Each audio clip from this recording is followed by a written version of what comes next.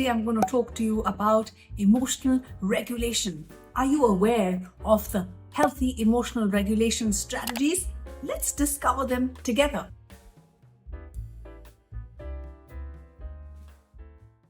Hi everyone, this is me, Jyotika Bedi, founder of Happiness is Love. We make relationships better. First, let us understand what is emotional regulation because nobody really teaches us. And because I really wanted to learn, I thought I'd make this video where we can learn, grow, and share together. So what can you do to make your emotions more manageable? I would like to share some science-backed, high-impact emotional regulation strategies that you can start using right now. Whether you're a parent, a professional, a teacher, a teenager, young adult, this video is for one and for all. So what is emotional regulation? Emotional regulation is defined as the ability to affect one's own emotional state. It can involve either increasing positive emotions or decreasing negative emotions, or let's say both. Generally, it involves changing our thoughts or behaviors, sometimes in conscious and sometimes in unconscious ways. For example, you can focus on the silver lining or remove yourself from a difficult situation to regulate your emotions. When you regulate your emotions with healthy strategies, you feel better and can quickly recover from any stressful experience. Now, is emotional regulation the same as emotion control? Controlling our emotions is one way to regulate, manage, or change our emotions, but it is not the only way. Accepting our emotions or doing something non-emotional are other ways to change our emotions without directly trying to control them. In fact, emotional control may not always work and may not always be beneficial. For example, certain types of emotional control, such as suppressing our feelings, repressing our feelings, hiding, blocking, or fighting our feelings, can actually have a long-term negative impact on our well-being. So what is the impact of emotion regulation? Generally, emotional regulation strategies make us feel better in a short term, but not all emotional regulation strategies also make you feel better in the long term. For example, drinking alcohol is pretty effective short-term emotional regulation strategy. It makes us feel good, right? But it often makes us feel worse in the long term, especially if we are using it to manage emotions that we can't effectively manage with healthy strategies. So that is why it is very important to learn the healthy strategies, and I'm here to share with you. So the healthy emotional regulation strategies simply are, number one, self-awareness. Self-awareness is sometimes considered as emotional regulation strategy in itself. More often, it is a thought of, it is useful. It is useful because, for example, when we know we have an emotion to regulate, awareness of that emotion makes it easy for us to engage in healthy emotional regulations. If we are not self-aware or not aware of our own emotions, we may still engage in emotional regulation. However, we do so in ways that don't always work well. For example, maybe we yell at people when we're sad. They get mad at us, and then we only feel more sad and worse. Or you may so subconsciously be telling yourself, why did I get so drunk last night? Oh yeah, we were really feeling bad about a workplace conflict. Next, acceptance. Emotional acceptance is the ability to experience your emotions without judging them or having meta-emotional or secondary thoughts or emotions about your initial emotion. There is some debate in the field about whether acceptance is even an emotional regulation strategy. In some ways, it is the lack of regulation. You just let your emotions be as they are and they spontaneously disappear on their own. I would argue that acceptance is indeed emotional regulation because just accepting our emotions is not our natural mode of operating, because our social influences, our cultural influences, our parenting, our upbringing, we automatically judge our emotions, especially emotions like anger and sadness. And women tend to judge themselves more for feeling angry. Men tend to judge themselves more for feelings of sadness. For these reasons, acceptance takes conscious effort for most of us. We have to acknowledge, accept, and allow ourselves to feel our entire range of emotions. I just made a video on mindfulness yesterday, and third strategy is mindfulness. Please go on to our YouTube channel and see our mindfulness video to get more details on how mindfulness acts as an effective strategy. Mindfulness is thought to be the combination of both awareness and acceptance. Mindfulness can be an effective way to regulate our emotions, particularly to induce calm and relaxation. Mindfulness is super popular these days as it's shown to have a positive impact on all aspects of our well-being. However, mindfulness is a difficult skill to learn and doesn't appear to work well for everyone. For example, people who struggle with rumination should use caution when doing mindfulness and seek the support of an expert. And that is why we are here for you. If you are struggling with any aspect, we are here to help you, to support you, give you the tools and the techniques so that you can enjoy overall happiness and well-being. Number 4, emotional memory. Memorizing and recalling positive words forces your mind to activate the regions associated with these words. So memorizing positive words can help strengthen the brain's regions responsible for positive concepts, memories, and ideas. As a result, these concepts may be more accessible in your day-to-day life. Overall, you may train your brain to have slightly more positive emotions, or when it comes times to regulate your emotions in response to something negative, your brain will be more effective in doing so. So like I say, our words command our mind and our mind commands our body. And if we use positive words, to train our mind will use effective ways to deal with the situation and reframe that situation in a positive way so that you feel positive and can take positive action. Number 5, emotional attention. Another way to change how we experience emotion is to redirect our attention towards the positive. If we are focusing on the bad things in the situation, we can shift instead to focusing on something else or pay attention to the less threatening parts of the situation. Research shows that our attention, in fact, can be trained.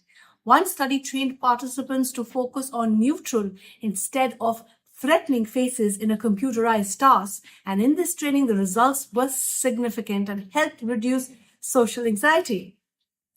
Next is positive reappraisal.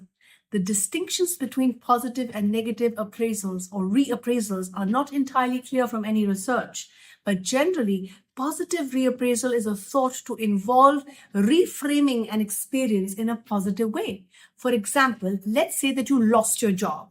A positive reappraisal might be, in this situation, would be to push yourself, help you rebuild your own business that you always wanted to do, or start a startup that you've always dreamt of. So this is a beautiful opportunity to learn from one's experience and use positive framing in an event that can increase your positive emotions. Self-distancing. Another way to regulate your emotions, and I use this a lot, is to look at the situation as if you were a fly on the wall or as if you were someone else who's witnessing the situation from far. These days, we are so immersed in our experiences, what we feel, what we think, even what we have for dinner.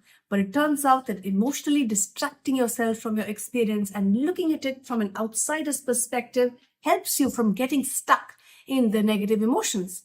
As a result, you don't feel quite as bad even when you really do. Next, savoring. I just made a video a week ago on savoring. Savoring is about mentally holding on to positive emotions we get in our day-to-day lives. Too often, we let the good moments, the positive, happy micro moments pass by without truly savoring or celebrating them. When we learn to savor these moments, and as parents, if we practice it, and our children will model us and mirror us, we pause and attempt to fully experience the rainbow of positive emotions that have arisen in that moment. We tend to regulate our emotions and experience more long-lasting positive feelings. It is very, very powerful and very, very effective. I would encourage you to start practicing savoring from today so that you, your family, your workplace can thrive and enjoy the experience of the positive emotion. Gratitude, my most favorite and the most powerful of all positive emotions. Gratitude is simple thankfulness. When we express gratitude, we not only make ourselves feel good, we make others feel good too. Gratitude appears to increase positive emotions in both short and long term by improving the quality of our relationships. Next, and the most important, is growth mindset. The belief that you can grow and improve, often referred as growth mindset, has a surprisingly big impact on your ability to reach your goals. In fact, the more you believe that you can improve and learn and build skills, the more likely it is for you to improve and grow and be your bestest, grandest self. And this is the work that we do at Happiness is Love, where we believe that together we can learn and grow to be our grandest selves. Next, opposition action. Opposite action is an emotional regulation strategy. When you're feeling a certain way, we tend to act in ways that are congruent with those feelings. By acting in the opposite way, we begin to shift our mood to the opposite as well. This is very, very powerful. Last, distraction. Distraction can be a helpful emotional regulation strategy when used properly. There are all kinds of unhealthy ways to distract ourselves, but sometimes distraction can be beneficial. One good example is exercising. If you're sad or upset, it's okay to feel sad. It's okay for you to not feel upbeat. Exercising is a good distraction that helps you feel better, both in short and long term. Another distraction, a good distraction when you're feeling anxious, is to take a cold shower or go for a walk. This helps activate your body and your mind, and you feel rested and rejuvenated. So distractions can be used effectively too when done well. Now, what are some of the unhealthy emotional regulation strategies? Unhealthy emotional regulation strategies are those that help us feel better in the moment, but tend to have a negative long-term effect. They usually help us feel better now, but these effects don't last, and often we feel worse later because we've not entirely addressed the emotion. Number one, rumination. Rumination is when we think over something again and again and again. Rumination and worry are often used to help us regulate or manage our emotions. We think incorrectly that thinking or worrying about our issues will help us actually solve it. In fact, I laugh and say that worrying is like sitting on a rocking chair where it's giving you something to do but not taking you anywhere. That's why I believe it's an ineffective emotional regulation strategy. It actually doesn't help you reduce our emotions in the short or long term. Next is substance abuse. Drugs and alcohol use is not always an emotional regulation strategy. Sometimes we consume these substances as a part of socializing or a ritual, but more often than we realize is these substances are used to just increase our positive emotions or to decrease our negative emotions. And we sometimes feel stuck that I just need a drink and not able to address what's going on at the deep end.